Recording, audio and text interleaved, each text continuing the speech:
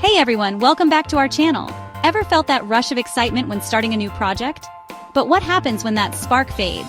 Often it's due to toxic work environments. Today we shed light on this issue.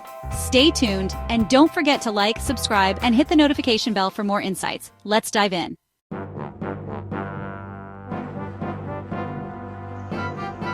Let's dive into the world of micromanagers, those bosses who haven't yet embraced the power of trust and delegation. You know the kind, constantly hovering, questioning every decision you make, draining the joy out of your workday. It's more than just a nuisance, it's a productivity black hole. Picture trying to create a masterpiece with someone breathing down your neck. Hardly the recipe for inspiration, right? Micromanagement breeds an atmosphere of distrust, making you feel incapable of handling your own tasks.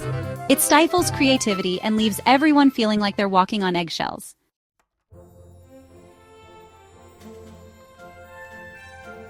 Let's dive into the world of the office bully. It's about a consistent pattern of intimidation and undermining behavior, public humiliation, relentless criticism, and sheer nastiness. A boss who bullies destroys morale. This creates a toxic environment filled with fear and anxiety.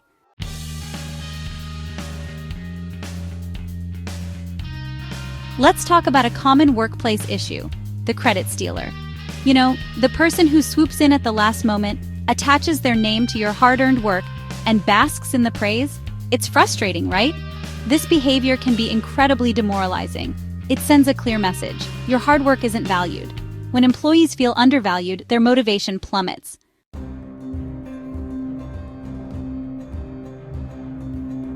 Finally, let's talk about the leader who governs through fear. This is the type of manager who relies on threats, intimidation, and relentless pressure to drive performance.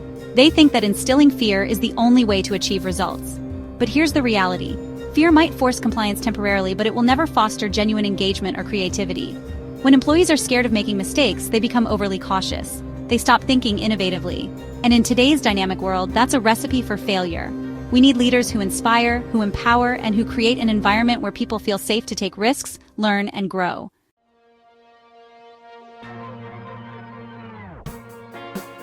Let's dive into a topic that might seem minor but has a massive impact: the absence of recognition. Feeling appreciated, valued, and acknowledged for your contributions? That's monumental. Yet in some workplaces, employees seem to fade into the background. They dedicate themselves tirelessly day after day, but their efforts remain unseen, unappreciated, as if they're invisible.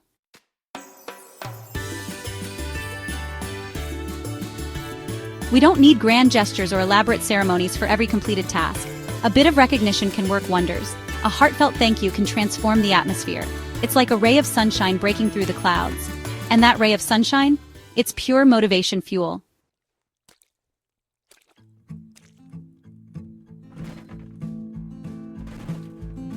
Recognition can take many forms, not just words. It's about fostering a culture where appreciation is the norm, making employees feel seen and valued. It could be a heartfelt note from a manager, a public acknowledgement during a team meeting, or even a simple gesture like bringing in coffee and donuts. These small acts of kindness remind employees they're more than just a number, but integral parts of the team.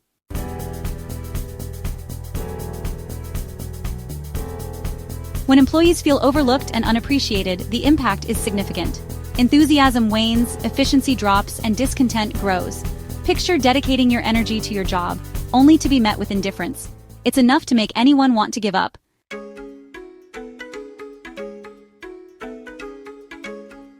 Hey everyone, welcome back! Today we're exploring the dark side of workplace competition. Ever felt like your colleagues are more rivals than teammates? It's like a never-ending race for recognition and promotions. And believe me, I understand. When teamwork is sacrificed, it turns toxic. Let's uncover how this toxic competition affects us all.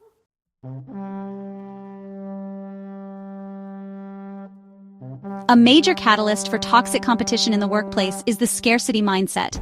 This mindset is the belief that opportunities are limited, like a single slice of pizza at a crowded party.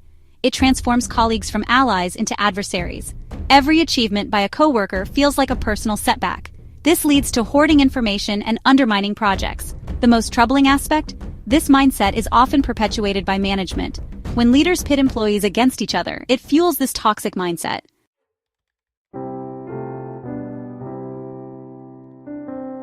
What's truly disheartening about this situation? This toxic rivalry, this endless struggle, it stifles creativity and innovation. When you're preoccupied with outdoing your peers, are you genuinely focused on delivering your best work? Or are you more fixated on ensuring you receive all the recognition? It's just noise, my friends. A cacophony of fear and insecurity that drowns out any chance of genuine collaboration.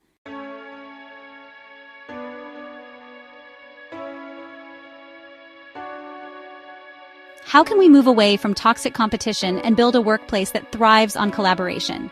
It begins with a mindset shift from scarcity to abundance. Success is not a limited resource. Embrace the idea that everyone can win. Celebrate each other's strengths and unique talents. Foster an environment where people feel safe to share ideas and take risks. Allow room for failure without fear. This encourages creativity and growth. Support and celebrate each other to create a powerful, united team. The magic happens when we work together, lifting each other up. This is the kind of workplace we should all strive for. When we unite our efforts, the possibilities are endless. And that's a vision worth working towards.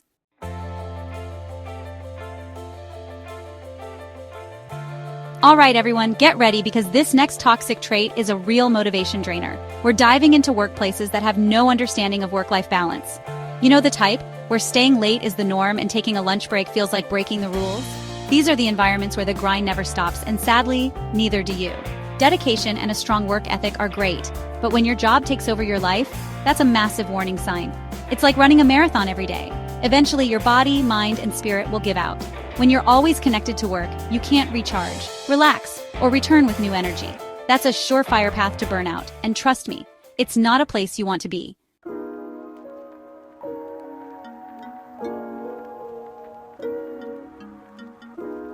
This relentless work culture is often celebrated as dedication. People boast about all-nighters and living at the office. But that's not something to be proud of. It's a symptom of an unbalanced system. We have lives, families, and passions beyond work. Neglecting these for productivity harms everyone. Taking breaks and setting boundaries isn't selfish. It's crucial for your health and productivity. Self-care is an act of self-respect. Companies should support this, not make you feel guilty. Balance is key to a fulfilling life.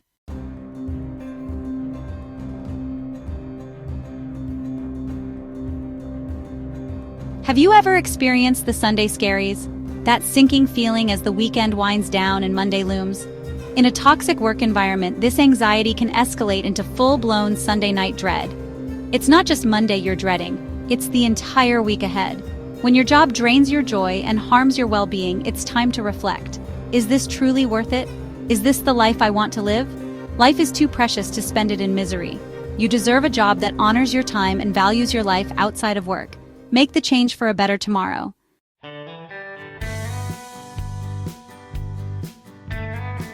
You might be thinking, easier said than done, right? And you're not wrong. Setting boundaries can be challenging, especially in a workplace that thrives on a toxic, no work-life balance culture. But it's not impossible. Start with small steps. Take that lunch break, log off at a reasonable hour, and say no to extra projects when you're already overwhelmed. If you're feeling courageous, talk to your colleagues. Chances are you're not the only one feeling the pressure. Together, you can start shifting the culture, advocating for more flexible work arrangements, and reminding everyone that life is more than just work.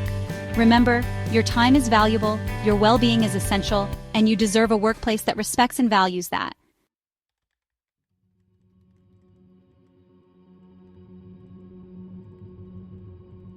Have you ever been in a workplace where it felt like you were treading on thin ice? Where even the smallest error could trigger a major meltdown from your boss? That's the kind of place where fear and suspicion are the norm. It breeds a culture of fear, where everyone is too scared to voice their thoughts. And that, my friends, is a guaranteed way to crush creativity and motivation. Over time, this environment leads to high turnover and burnout.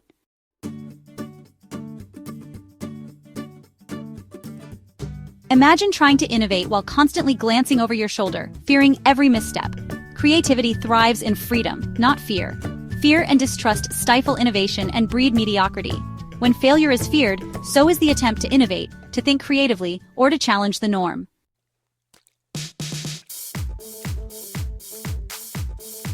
Trust is the cornerstone of every thriving team and successful organization. When leaders empower their teams with trust, they unlock potential and drive success. However, a lack of trust can create a toxic atmosphere, undermining the organization. Employees who don't feel trusted often become disengaged and seek opportunities elsewhere.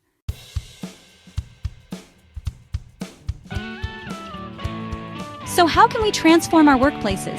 How can we foster environments where respect, support, and psychological safety replace fear and mistrust? It begins with leadership. Leaders who practice empathy, communicate transparently, and appreciate their employees' efforts. It's about cultivating a culture where mistakes are viewed as opportunities for growth, where feedback is delivered constructively, aiming to help individuals improve, and where everyone feels secure to voice their ideas and contribute without fear.